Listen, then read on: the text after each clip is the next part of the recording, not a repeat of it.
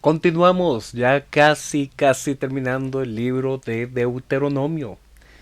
Y qué librazo, como les he venido diciendo desde el principio, evidentemente toda la escritura es útil, toda la escritura es inspirada por Dios y nos sirve para aprender sabiduría, para aprender lo que Él quiere para que nosotros podamos tener vida y vida en abundancia. Vida espiritual, vida en paz, vida que podamos ser transformados de gloria en gloria a su imagen. Todo eso lo aprendemos con toda la escritura, pero hay libros en particular que son como una puerta que se abre a la mejor comprensión del mensaje general de la Biblia. Bueno, eso pasa con Deuteronomio. Este ha sido un libro que nos ha ayudado a integrar lo visto en Éxodo, lo visto en Levítico, lo visto en Números, pero con una perspectiva que nos ilumina y nos desafía bastante. Y eso fue lo que pasó entre el capítulo 29 y el capítulo 30 de Deuteronomio. Recordemos lo visto anteriormente. En el capítulo 29 se da el cierre del bloque de maldiciones que el pueblo de Israel iba a llegar a experimentar en el futuro a causa de su desobediencia. Y la máxima expresión de ese castigo o de esas maldiciones tenía que ver con que ellos iban a llegar a perder la tierra. Esa misma tierra prometida que Dios les había dado con bondad para que ellos se saciaran de una tierra donde fluye leche y miel, esa misma tierra la iban a llegar a perder. ¿Y por qué la iban a llegar a perder? Porque ellos iban a apartar su corazón de Dios y iban a ir a buscar adorar a dioses falsos. Y con eso se iba a quebrantar el pacto. Si el libro de Deuteronomio hubiera terminado en el capítulo anterior, tendríamos que decir no hay esperanza, no hay ningún camino posible de restauración. Pero Dios es rico en misericordia, Dios es benevolente, Dios es un Dios de perdón, de sanidad, de restauración. Ese es nuestro Dios, un Dios que es total amor, un Dios que está dispuesto aún a levantar a aquel que se ha alejado y darle una nueva oportunidad. Y eso es lo que encontramos en este capítulo 30 del Deuteronomio, donde se anuncia que aunque el pueblo iba a ser exiliado y iban a estar dispersos entre todas las naciones, estando en esa dispersión, estando en ese exilio, cuando los hijos de Israel en el futuro se vuelvan de todo corazón a Dios y lo obedezcan con todo su ser, entonces el Señor, Yahvé, Jehová, dependiendo de la traducción que esté usando, el Señor, el Dios Todopoderoso, los perdonará y los restaurará a la tierra que le dio en promesa a sus antepasados. Dios los va a regresar. Para ellos esa experiencia será como circuncidar el corazón para que amen a Dios y tengan vida. Si el pueblo es fiel, entonces el Señor volverá a bendecirlos en todas las áreas, volverá a darles salud, volverá a darles bienestar.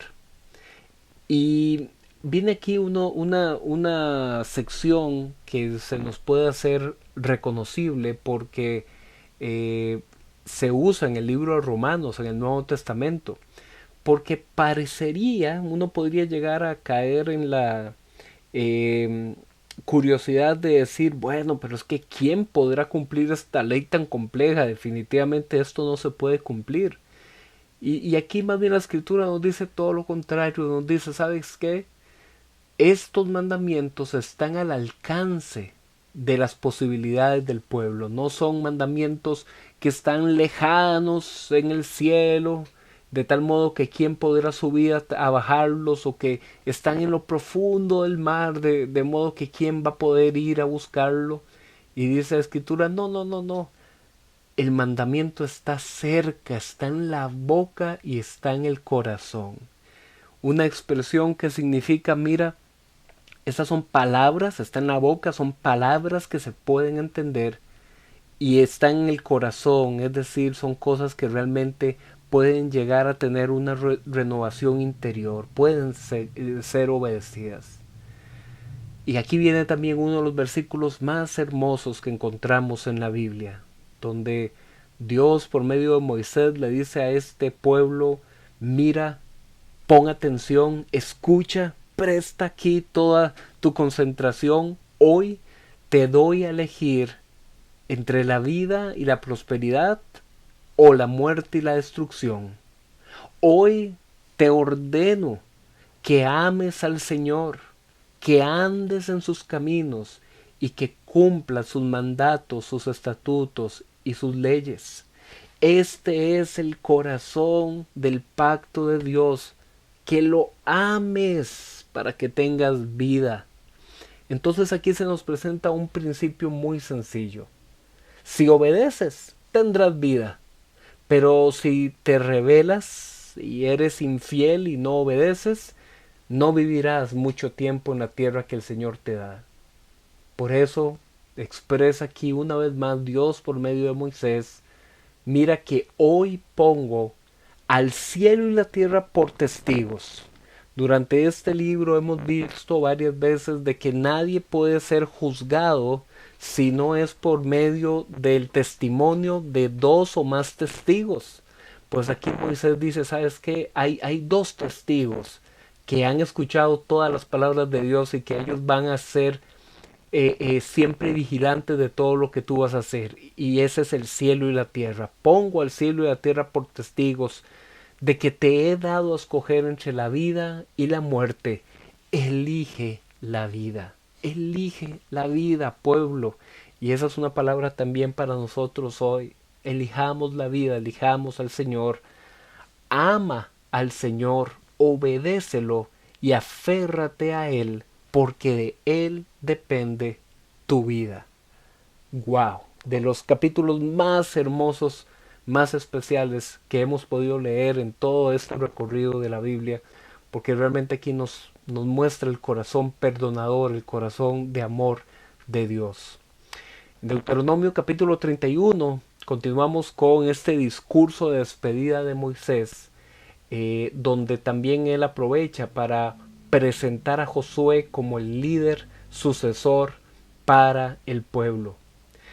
Viene también en este capítulo 31 un versículo muy interesante que nos dice que entonces Moisés escribió esta ley, que Moisés entonces se puso a escribir estas palabras que había recibido el Señor. Y es muy posible, como lo hemos mencionado desde el principio de este libro de Deuteronomio, que bueno, que aquí se está haciendo una alusión a los primeros 26 capítulos de este libro, que es donde viene el contenido de la ley recibida.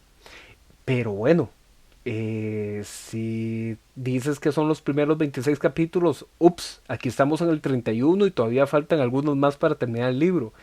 ¿Quién entonces fue el que terminó de escribir el libro del Deuteronomio? Entonces, como lo hemos mencionado en ocasiones anteriores, cuando vimos Génesis, Éxodo, Levítico y Números, cuando decimos que Moisés es el autor de la ley o que Moisés fue el autor en el Pentateuco, lo que nos referimos es que Moisés vendría a ser como el autor teológico o el autor intelectual de la ley, es decir, la persona que ha sido el mediador entre Dios y el pueblo para traer las palabras de esta ley. Pero eso lo que no significa es que haya sido el autor material en su versión final escrita. A eso es a lo que nos referíamos, pero creo que ahora se puede comprender muchísimo mejor. Pero a eso nos referíamos al principio del libro, cuando decíamos que la persona que puso de su puño y letra la escritura final que hoy por hoy tenemos aquí del Deuteronomio, quedó en el anonimato. No sabemos quién es, incluso pudieron haber sido varias personas que contribuyeron en esa redacción final. Pero el personaje principal, el contenido principal, ahí es donde decimos que Moisés es el autor en un sentido teológico, en un sentido del contenido de estos libros de la ley. Y estos son versículos que nos ayudan a entenderlo de esa forma. No es ser un autor literal de cada una de las palabras, sino es ser un autor del mensaje principal de estas palabras.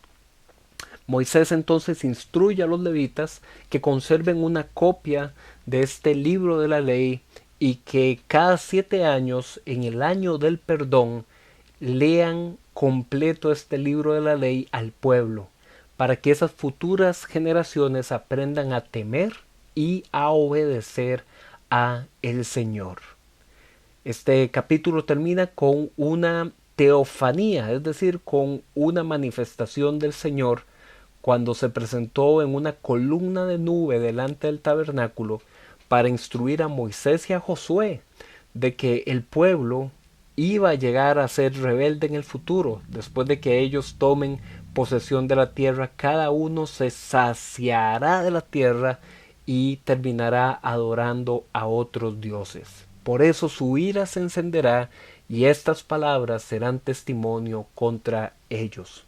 El capítulo termina con la instrucción de Dios hacia Josué, que será muy conocida por todos después.